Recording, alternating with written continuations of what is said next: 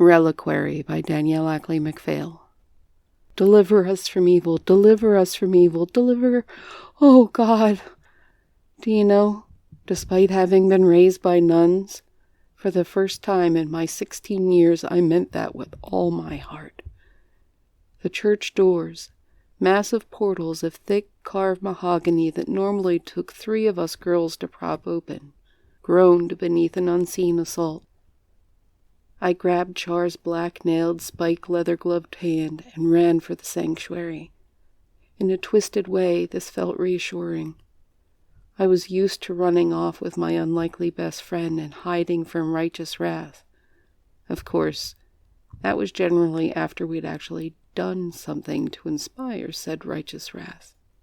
I could hear the echoes of times past as though they truly rang through the convent. Maria Anna Martucci, Charlotte Evangeline Scalia, show yourselves, you sinful children.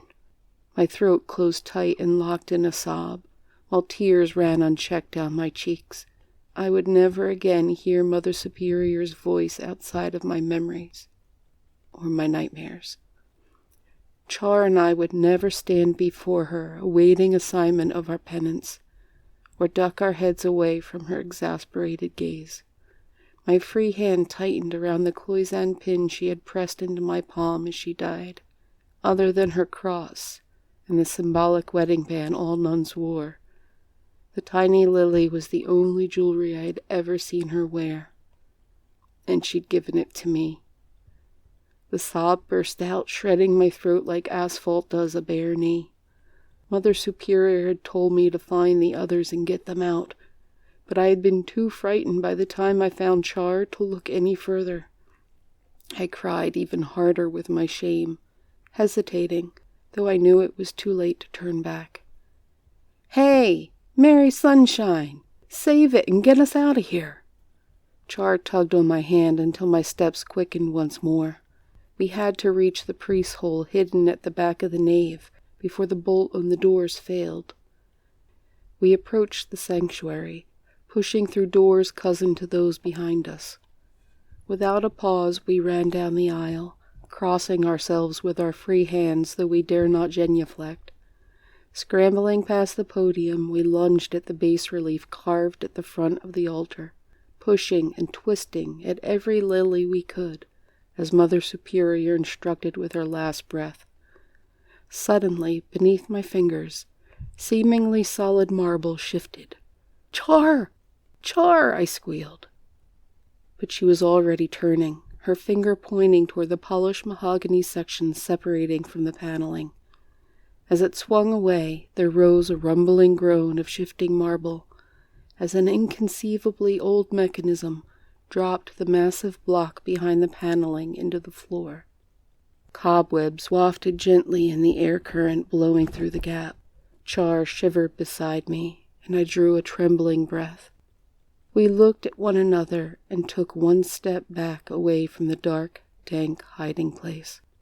The sound of splintering wood behind us, however, uprooted any doubt we had. Char grabbed my forearm and yanked me onward. As one, we flung ourselves through the secret door just as hints of a rank, peaty smell drifted toward us from the back of the sanctuary. Our weight pressed the marble down a fraction further, and as soon as we scrambled off of it, the wood panel dropped, and the solid block rose once more, trapping us within the cloister walls, in the dark. In my heart I lifted a silent, guilty prayer that the others had also gotten to safety.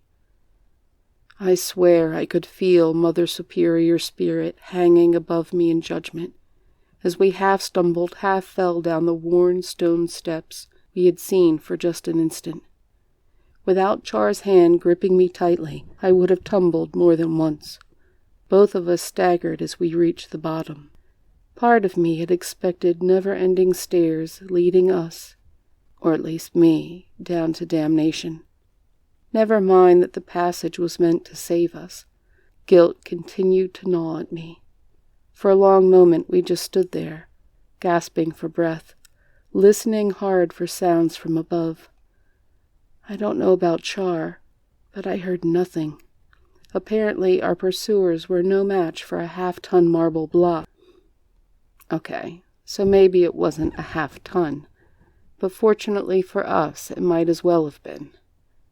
I yipped as a soft click ratcheted beside me, followed by a faint flicker of flame that fought to banish the darkness about as well as the sisters had fought off those things, succeeding only in staving it off a mere few inches, enough that I could see Char roll her black-lined eyes at me, but not much else. Even her close-cropped black hair disappeared into the darkness, though the flame did glitter faintly off the glossy onyx crosses studding her ears. She gripped one of those fancy lighters with the flip-top in her hand, the kind you don't have to hold down once you flick them. "Do you think that will hold them?" I whispered. "Of course," Char promptly answered, her gaze unwavering. I would have found that more reassuring if I didn't know she was a pro at lying without a blink. Stumbling back as her arm darted past my shoulder, I pivoted to see what she was doing. There, in a cubby chiseled into the stone wall, lay a flashlight in a large lumpy knapsack. Char grabbed the hefty flashlight. As she clicked it on, she flipped the lid on her lighter closed and slid it into the pocket she'd sewn inside the waistband of her uniform to keep the few precious things that mattered to her close. The high-powered beam chased away the dark much better than the tiny naphtha flame. I gulped as Char started walking, revealing a close, dank corridor, the walls slick with condensation. Cobwebs draped from the ceiling. As the light receded, I would swear I heard a faint scratching, though I could not tell from where. Gulping, I pinned Mother Superior's lily to my jumper, grabbed the knapsack, and hurried after the light.